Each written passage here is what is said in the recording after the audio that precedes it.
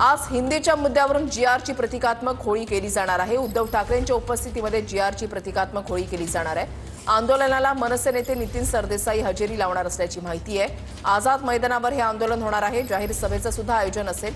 कृती समितीचा असणार आहे। दुपारी 3 वाजता आंदोलनाला सुरुवात होणार आहे।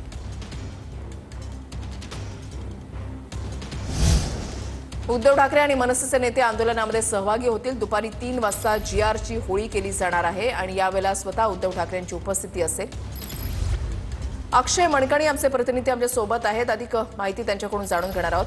अक्षय, 5 जुलैच्या मोर्चाच्या माध्यमातून दृष्टिकोनातून तयारी तर सुरू झालेलीच आहे, मात्र आज जीआरची होळी केली जाणार आहे आझाद मैदानामध्ये। काय तयारी त्या ठिकाणी करण्यात आली आहे?